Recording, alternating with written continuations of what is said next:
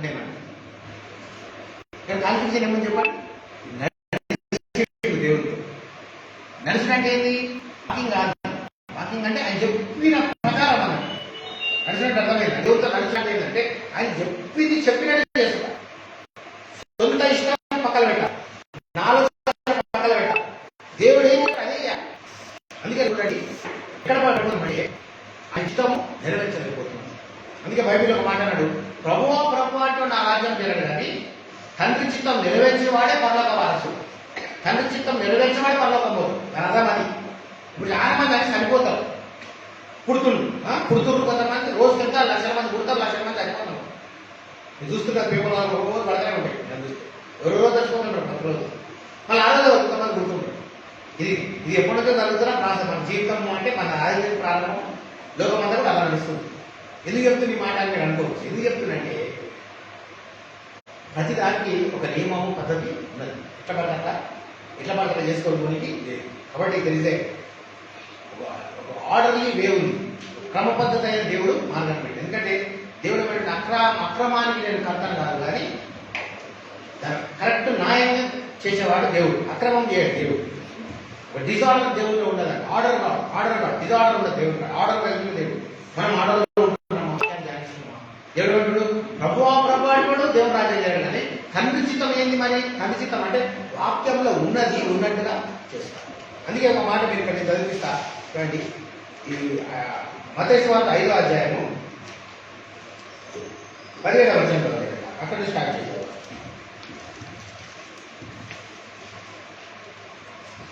మత్తయి సువార్త 5వ అధ్యాయము 17వ వచనం. ధర్మశాస్త్రమునైనను ప్రవక్తల వచనములనైనను కొట్టివేయవచ్చునని తలంచవలను నెరవేర్చుటకే కానీ కొట్టివేయుటకు అక్కడనే మళ్ళీ అక్కడనే అయితే మన దాన్ని చేస్తుంది. అయితే ఇక్కడ ఏమంటారు? మీరు ఏమనుకుంటారు? ధర్మశాస్త్రం కొట్టివేయడానికి నేను రాలేదు అంటే, ధర్మశాస్త్రం అంటే వాక్యాన్ని కొట్టివేయడానికి రాలేదు, వాక్యాన్ని నెరవేర్చడానికి వచ్చినానంటే. దేవుడి వాక్యాన్ని నెరవేర్చడానికి వచ్చింది. చాలా మంది ఏంటంటే కొంతమంది ఓల్డ్ టెస్ట్మెంట్ పాటిస్తుంది, కొంతమంది న్యూ టెస్ట్మెంట్ పాటిస్తారు. అతను నిబంధన పాటిస్తున్న కూడా ఉన్నారు. వాళ్ళ పేరు మీకు తెలుసు, యెహోవా విట్నెస్ అంటారు. అక్కడ మీరు విన్నారు కాబట్టి యెహోవా సాక్షులు అంటారు. వాళ్ళు ఎవరు అంటే న్యూ టెస్ట్మెంట్ పట్టించుకోరు, ఉట్టి యెహోవా దేవుడు నమ్ముతారు. కొంతమంది ఏమో క్రీస్తు నమ్మటం ఉన్నారు మన దగ్గర. మీకు తెలుసు కదా, కొంతమంది క్రీస్తునే నమ్ముతారు. వాళ్ళ పేరు ఏంటంటే వాళ్ళు క్రీస్తులాగా కూడా అననీయారు, లేకపోతే ఏది అననీయారు, క్రీస్తానం అంటారు. అంతే మీకు తెలుసు. అటువంటి కూడా ఉన్నారు. అంటే దేవుడు విడగొట్టబడ్డా అంటే చెప్పండి. ఇప్పుడు ఏమన్నాడు?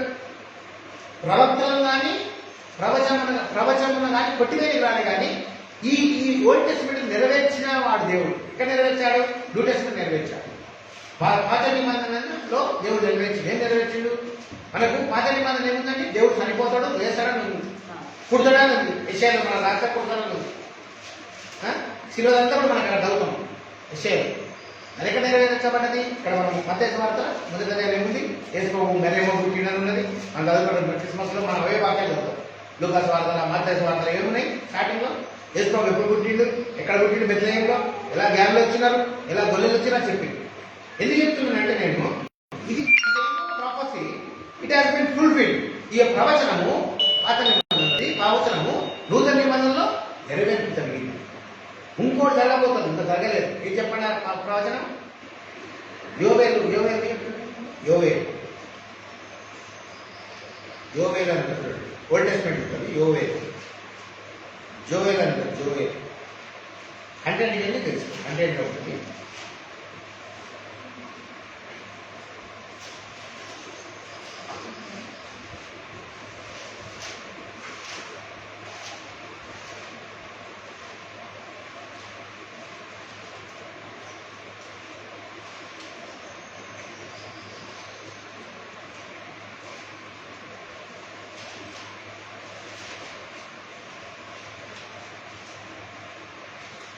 లాస్ట్ లో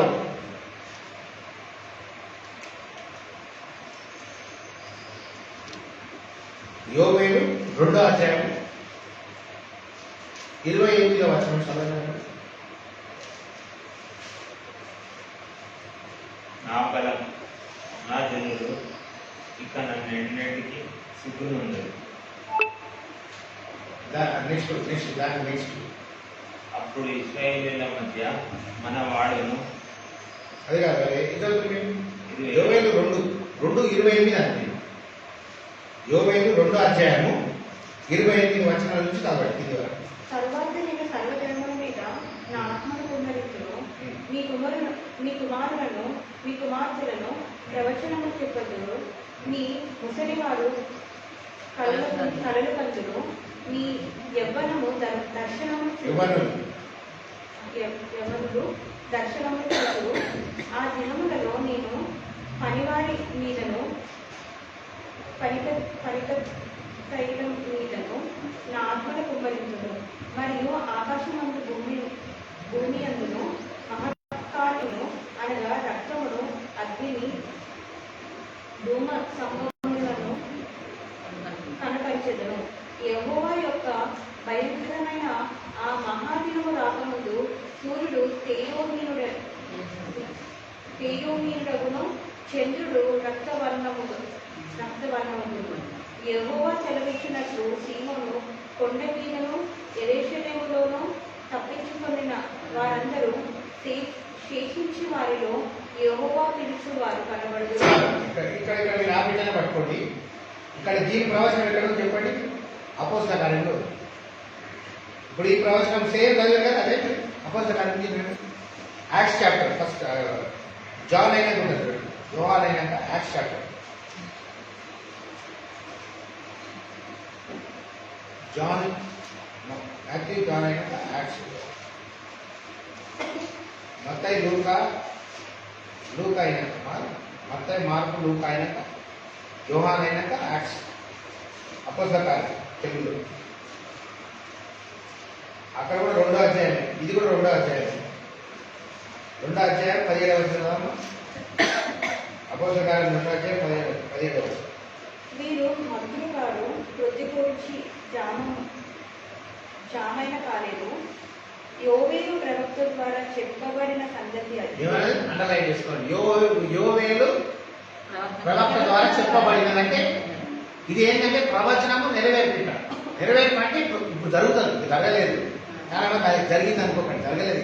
కొన్ని జరుగుతున్నాయి ఇట్లా. మీరు చూస్తే ఒకసారి బ్లడ్ మూన్ వచ్చింది, గుర్తుందా? మీరు లాస్ట్ టైం మాట్లాడారు చూసేదంటే ఎలా చూసి బ్లడ్ మూన్ ఎట్లా అయిపోయింది. బ్లడ్ మూన్ అది అది అది చాలా వరకు నెరవేరిందని అంటారు. కారణం అది ఎంతవరకు తెలియకపోవచ్చు, కానీ బ్లడ్ మూన్ కూడా వచ్చింది మీకు అన్నీ తెలుసు. అది ఎప్పుడుకోసారి అసలు ఇప్పుడు లైట్ కూడా తగ్గిపోతుందంట, డార్క్ అయిపోతాడు సూర్యుడు. ఇవన్నీ జరుగుతాయి, జరగలేదు. దేవుడు రాకల సమయంలో, దేవుడు వచ్చే సమయంలో జరుగుతాడు. ఎందుకు వస్తుందంటే ఆయన బిడ్డల కోసం. రాకల ముందు దేవుడు ఇంకో గొప్ప అద్భుతమైన కార్యం జరిగిస్తుంది. ఏంటంటే చూడండి, మొదటి వచనంలో ఏమంటాడు? అంత్యదినములందు అంత్యదినములందు నేను మనుషులందరి మీద నా ఆత్మను కుమ్మరిస్తా అంటున్నాడు. అప్పుడు మీ యొక్క కుమారులు మీ యొక్క కుమార్తెలు ప్రవచించెదరు అని ఉంది. చూడండి, ప్రవచించెదరు అంటే ప్రవచిస్తాం. ప్రవచనం అనేది చూడండి, ప్రవచనం అనేది మంచితో వచ్చేది కాదు. నేను ప్రవచించలేదు, నాకు రాదు. కానీ నా దేవుని ఆత్మ నా మీదకి వచ్చినప్పుడు ప్రవచనం. ఎందుకంటే ఇది బైబిల్ ఆల్రెడీ ఉంది. ఎందుకంటే దేవుడు ఎంతో మందితో ప్రవచించినారు ఓల్డ్ టెస్ట్మెంట్ లో. రాబోయే గురించి కూడా మాట్లాడిపించాడు దేవుడు, మనుషులు నోరు తెరిపించి. కాబట్టి ఇప్పుడు ఏం చెప్తున్నాడంటే ఇది ప్రవచించాలంటున్నాడు దేవుడు. ఇప్పుడు రాగల సమయంలో ఉన్నామండి, చూసుకోండి. ఎందుకంటే ఇది ఒక్కటే కాదు కారణం, ఎన్నో ఉన్నాయి, ఎన్నో కారణాలు ఉన్నాయి. మనం ఎప్పుడు చదువుకుంటాము? తిమోతి పత్రికలు ఏముందండి? అంత్యదినములందు అపాయమైన రోజులందు. తిమోతి పత్రిక మీరు తీస్తే ఏం రాయబడిందమ్మా? ఒకసారి మనం ఎప్పుడు జాగ్రత్తనండి తిమోతి.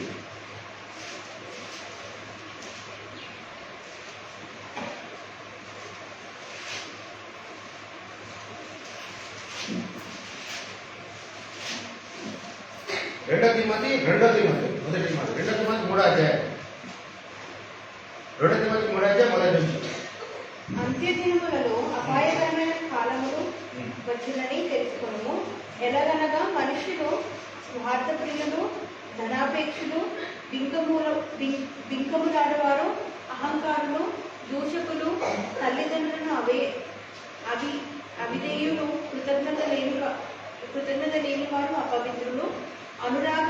సరే, ఇప్పుడు మనకు ఏమంటారు? ఫస్ట్ మంచి చూడండి, అంత్యదినములందు అపాయమైన రోజులు మనుషులు స్వార్థపరులు, బింకంలాడేవారు, ధనాపేక్షులు, దేవుడు తన సుఖాన్ని వాళ్ళు ఎక్కువ ప్రేమించేవారు, తల్లిదండ్రులకు అవిధేయత కలిగిన వాళ్ళు, పరిశుద్ధత లేని వారు, ఇతరులను క్షమించే బుద్ధి లేని వాళ్ళు, ఎన్నో ఉన్నాయి. ఎట్లా పెట్టుకున్నాం. ఇవి జరుగుతాయి వాటి మీద చూడండి. లోకం ఇప్పుడు మీరు చదివినాయి ఈరోజు ఇవన్నీ జరుగుతున్నాయి. మీరు అర్థమవుతుంది లేదు, కానీ ప్రేమ లేదు. అనేకులకు క్రోధం వచ్చింది, పగ వచ్చింది, కక్ష వచ్చింది, పాపంతో విస్తరిస్తున్నారు మనుషులు ఇష్టపడే వ్యక్తులు. కానీ దేవుడు అక్కడ అంచె దినంలో నా ఆత్మను కుమరిస్తా, అప్పుడు మీరు ప్రవచిస్తారంటాడు. అర్థమవుతుందా?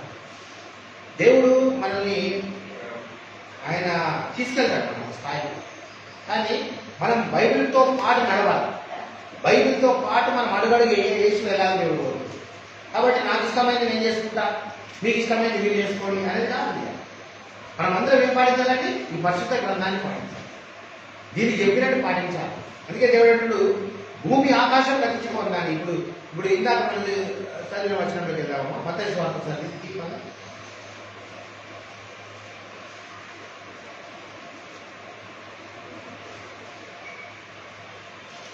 మత్తయి సువార్త 5వ అధ్యాయంలో ఇప్పుడు మనము ఆ మీద వచనం చదివాం కదా, 18 చదవము, 18 చదవండి.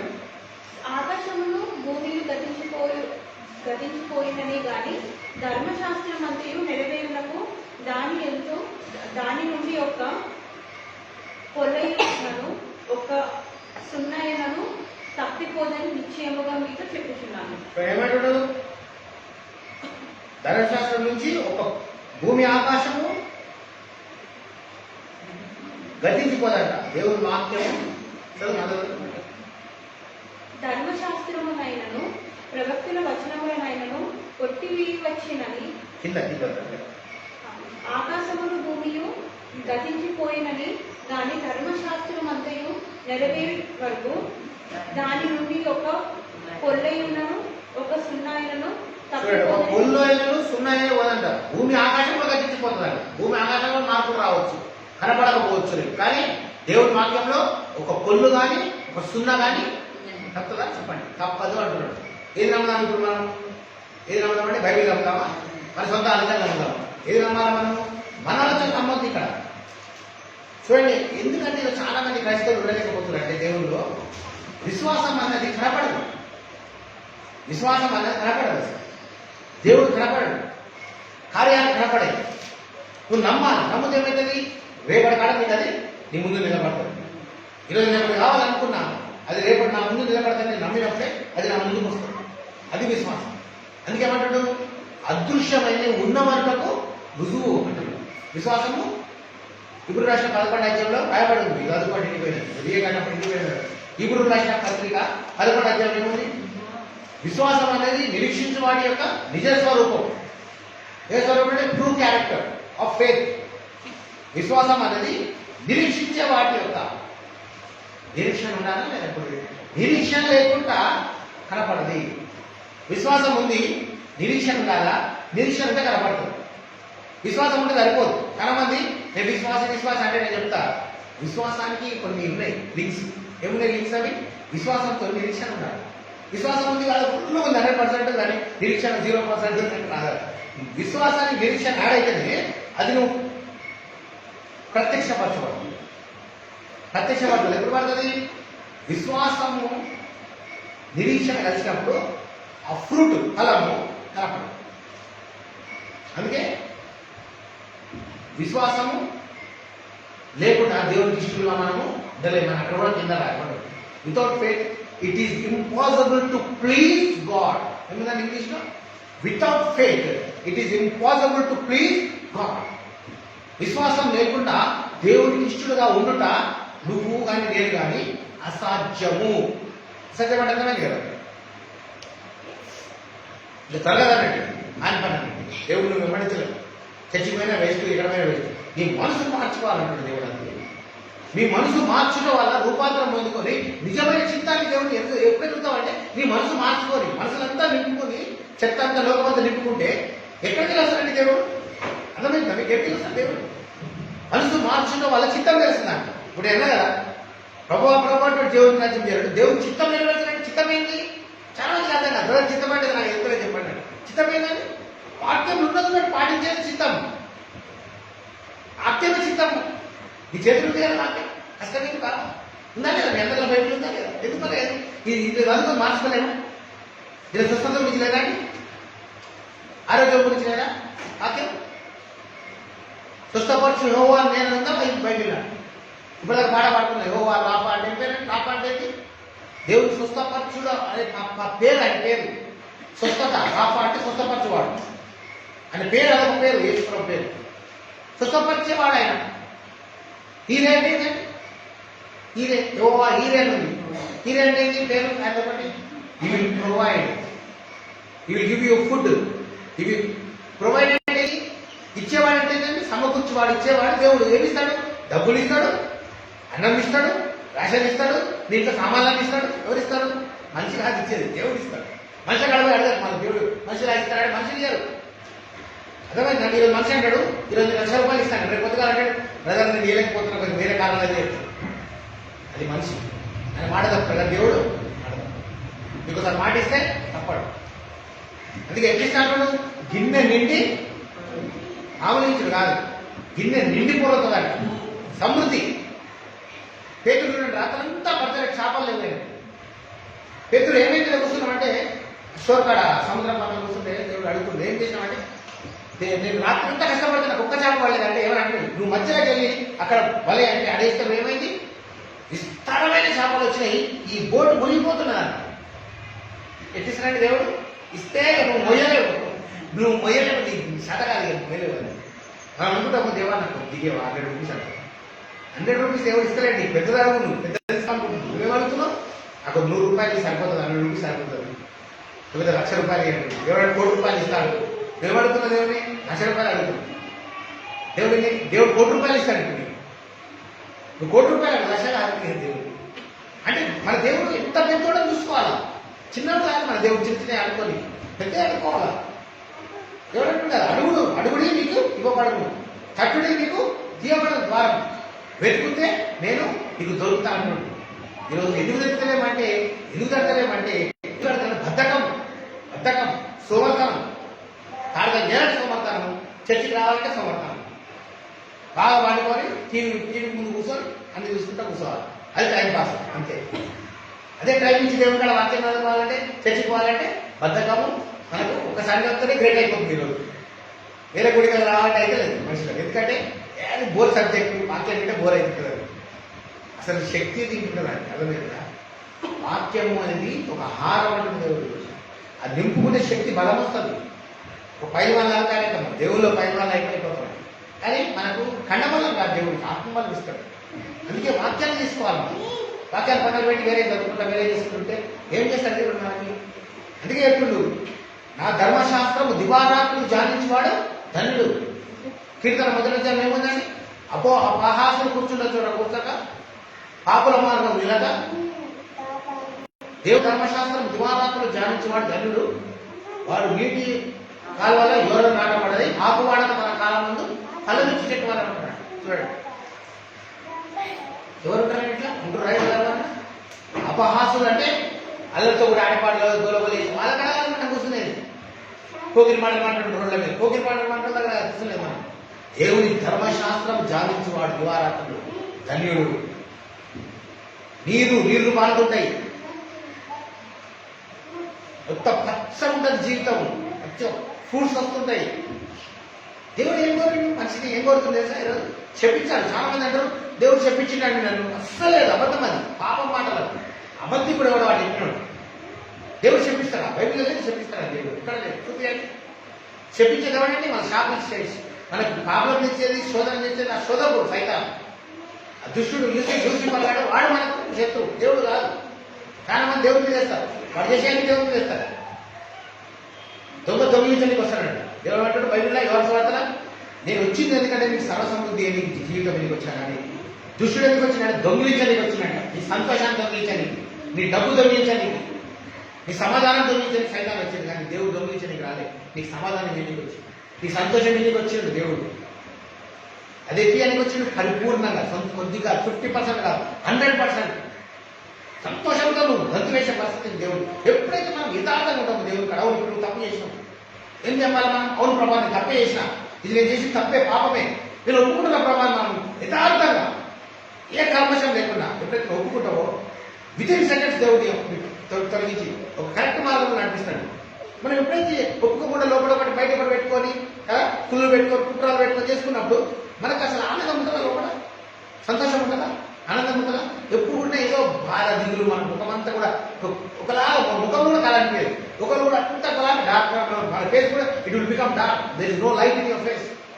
వెన్ యువర్ గాడ్, నువ్వు దేవుని వాక్యం నీలో ఉన్నప్పుడు ఆ వాక్యాన్ని పాటిస్తున్నప్పుడు నీ ముఖం కూడా వెలుగుతుంటుంది. నువ్వు నల్లగుంటావు అయినా నువ్వు నల్లగున్న ఒకలాగా బ్రైట్నెస్ వస్తుంది. నల్లగున్నా కానీ వాళ్ళకు కళ్ళు గమనిస్తాడా?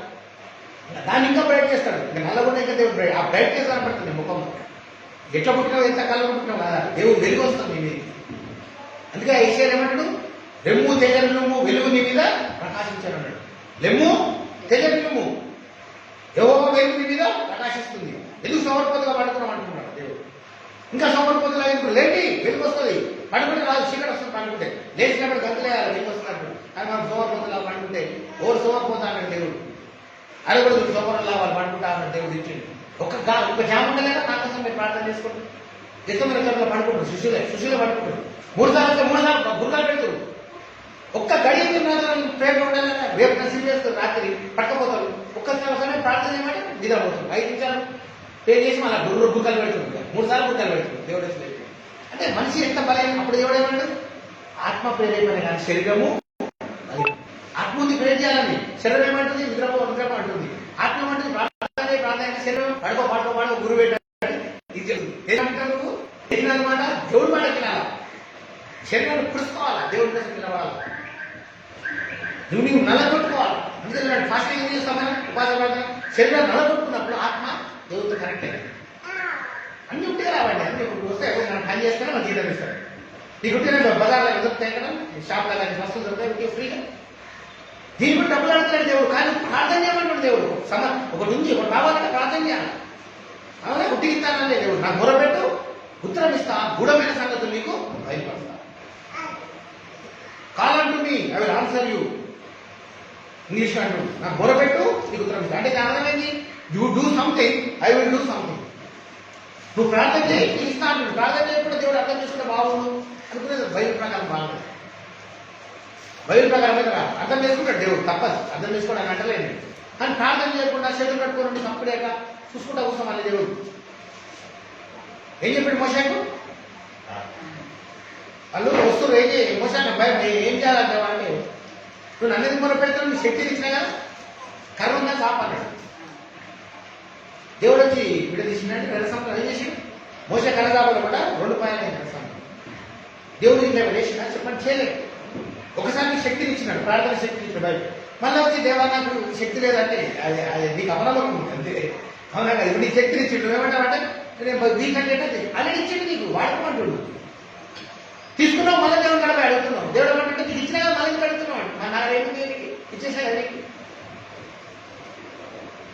ఇదే చదవండి.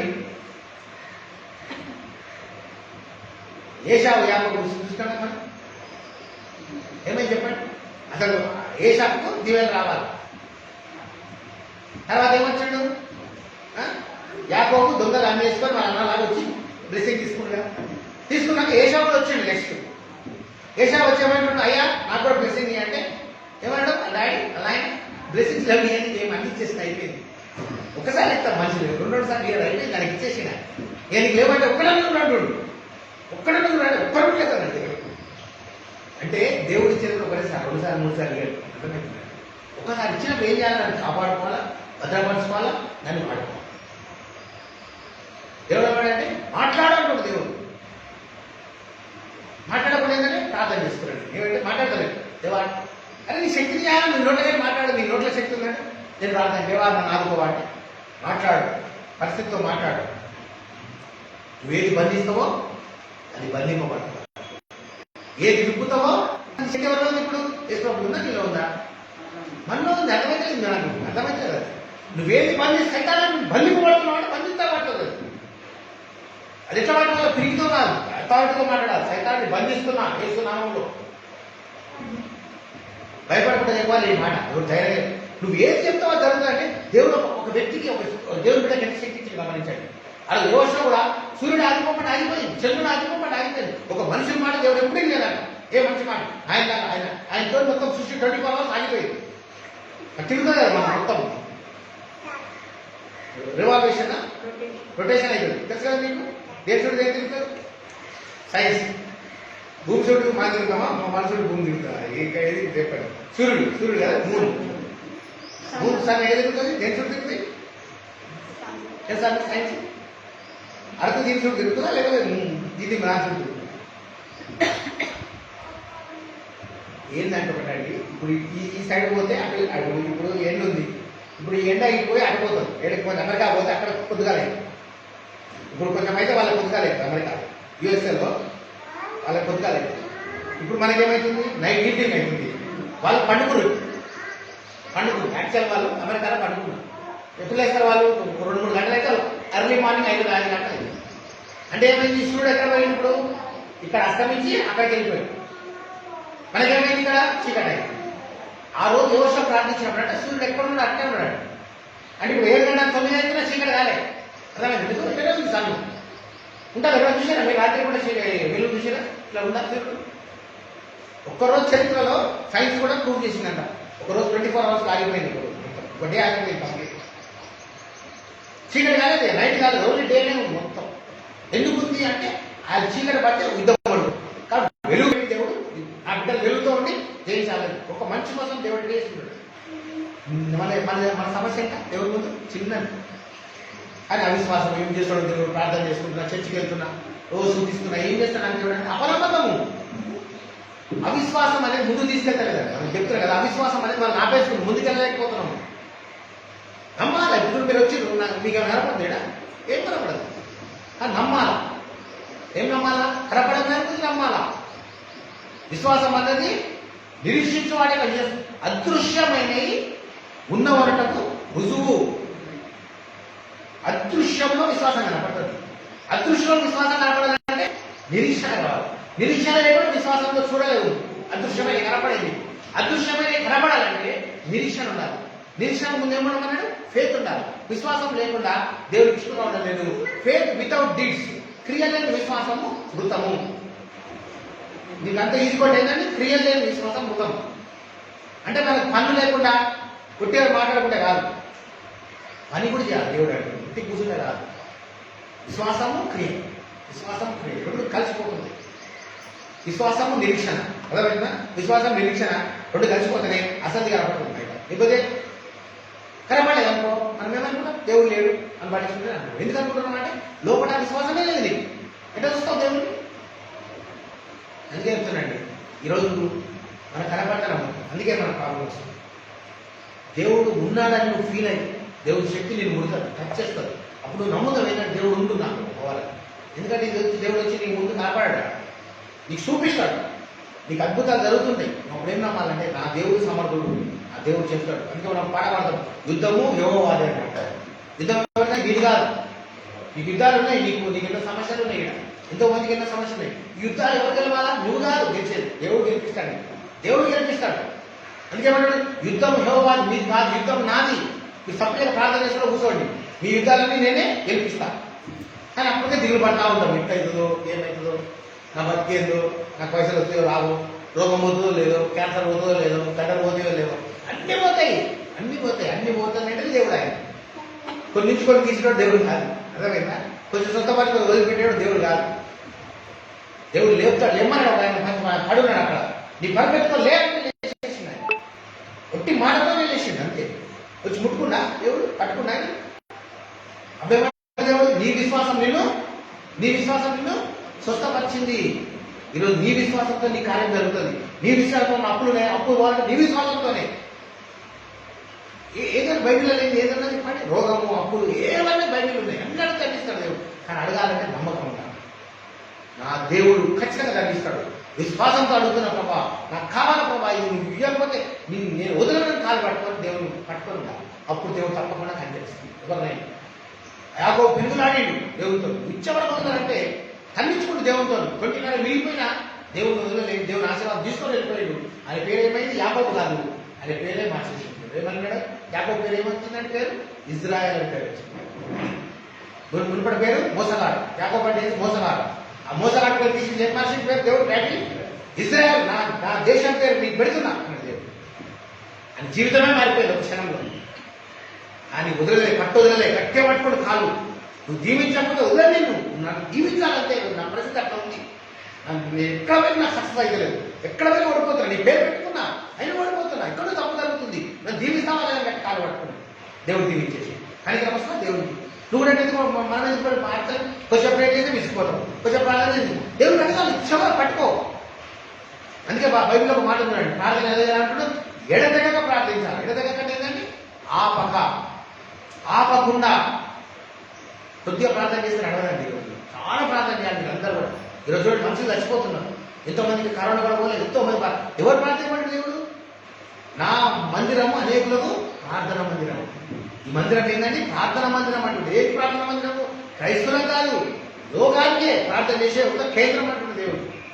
మనం చేస్తున్నాం ప్రార్థన చెప్పండి, అందరి గురించి చేస్తున్నామా? మన గురించి చేస్తున్నాం ఎప్పుడు ప్రార్థన. నా కుటుంబం బాగుండాలా, నా భార్య పిల్లలు బాగుండాలా, నా పిల్లలు బాగుండాలా, స్వార్థ ప్రార్థన ప్రార్థన చేసుకోవాలి, తప్పలేదు. కానీ ఎప్పుడు చేస్తాం?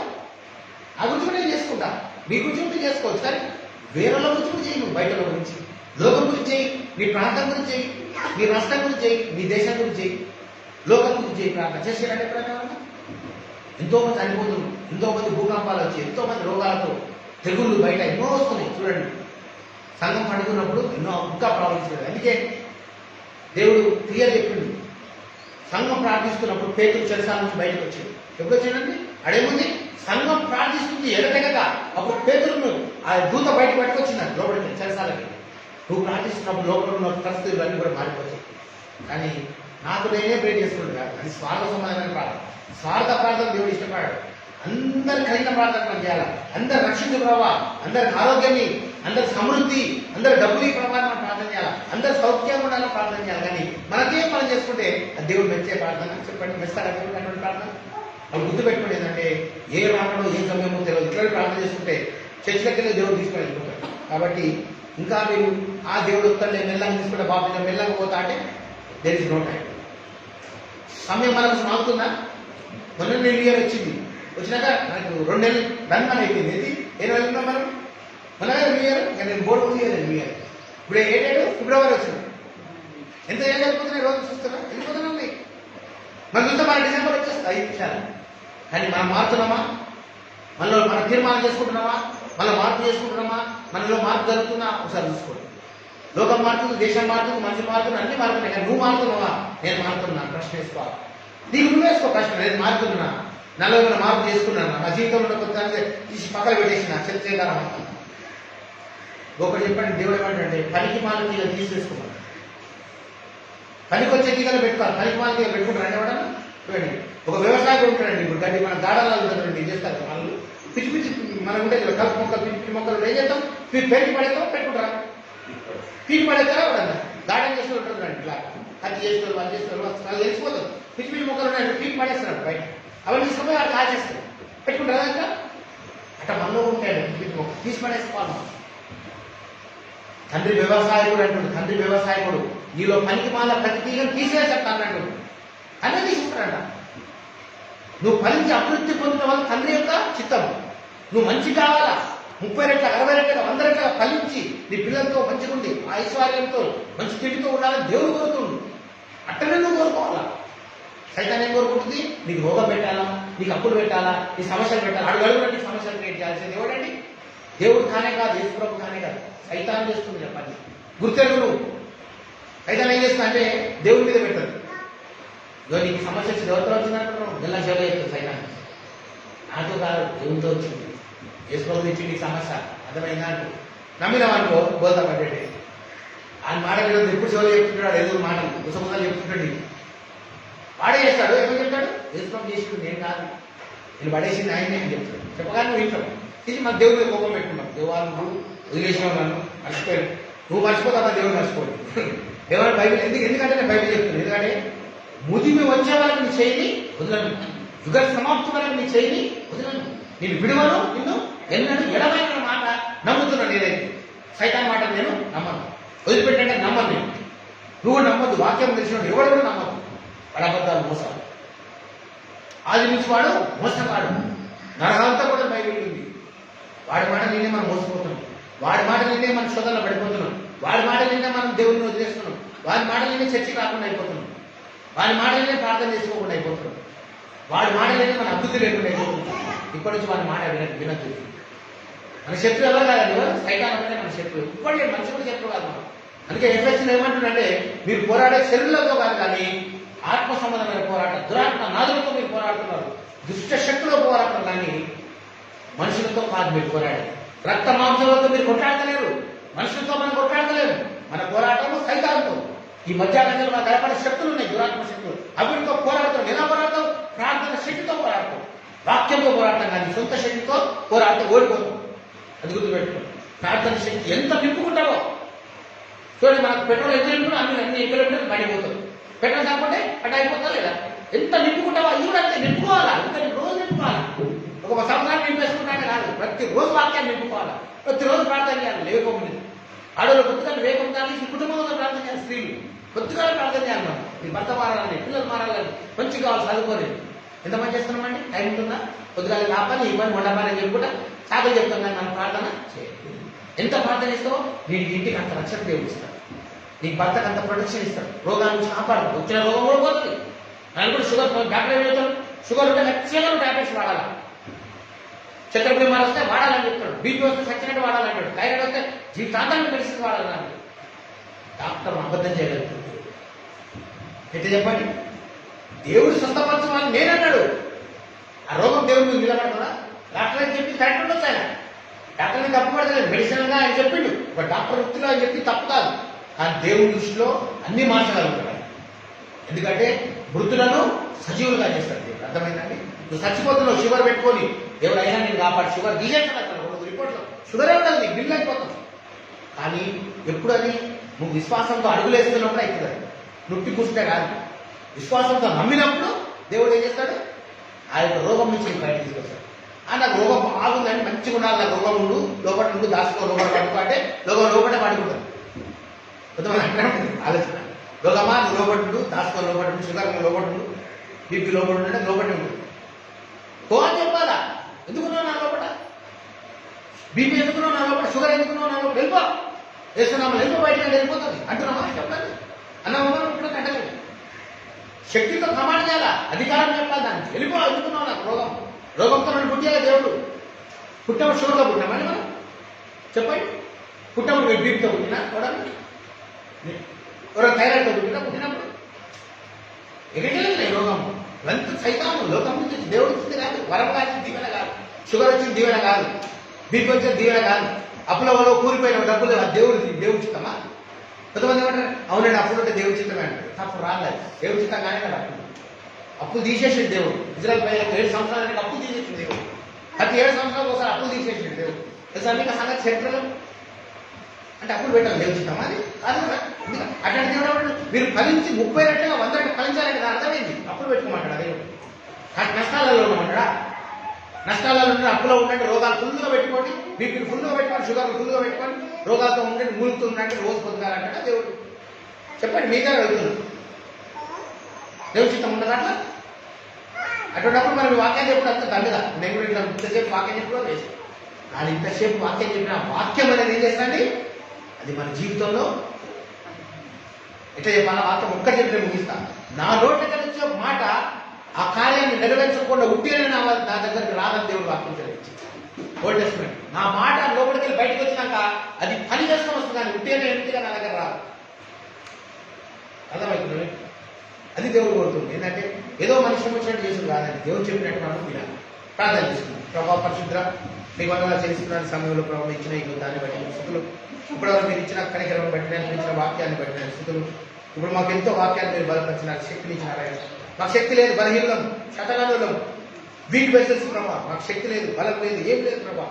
కానీ ఎప్పుడైతే మీరు బలపరుస్తారో, నన్ను బలపరచవాలి ఎందుకు నేను సమస్తం చేయగలుగుతాను వాక్యం చదివిస్తుంది. ఇక్కడ వచ్చిన బిడ్డలందరూ దీవించండి ప్రభావ. ఎవరైతే కష్టాలు ఉన్నారో, బాధలు ఉన్నారో, ఎదురు ఉన్నారో, సమస్యలు ఉన్నారో, కొట్లాడలు, కేసుల బాధలలో ఏమున్నారో తీసేయండి. అది సమస్యలు కలిగించేవారు మీరు కాదు నాయన. నాకు మొరపెట్టి మీరు ఉత్తరం ఇస్తా, గుణమైన సంగతులు బయలుపరుస్తా, అద్భుతాలు చేస్తా చెప్పిన దేవుడు. ఎన్నో సమస్యలు అటు వైపు మమ్మల్ని ఒక తుఫానాలో చూడ సైతాన్ కాడు, కానీ మీరు ఊపిరితో ఊపుతా అన్నారు, ఊది పడేస్తా అన్నారు. మీరు కార్యం దయచేయండి. సైతాన్ని సంఘాన్ని పడగొట్టాలని, సంఘాన్ని దూరం చేయాలని, ప్రార్థన చేసుకోకుండా ఆపాలని వాడు ఎన్నో ఇబ్బందులు పెడుతుంది. అవి అన్నింటినీ తీర్చే శక్తిని మాకు ఇస్తున్నారయ్యా. ప్రతిరోజు నూతన బలం ఇస్తున్నారయ్యా. వచ్చిన బిడ్డలందరూ నాకు తీసుకోండి.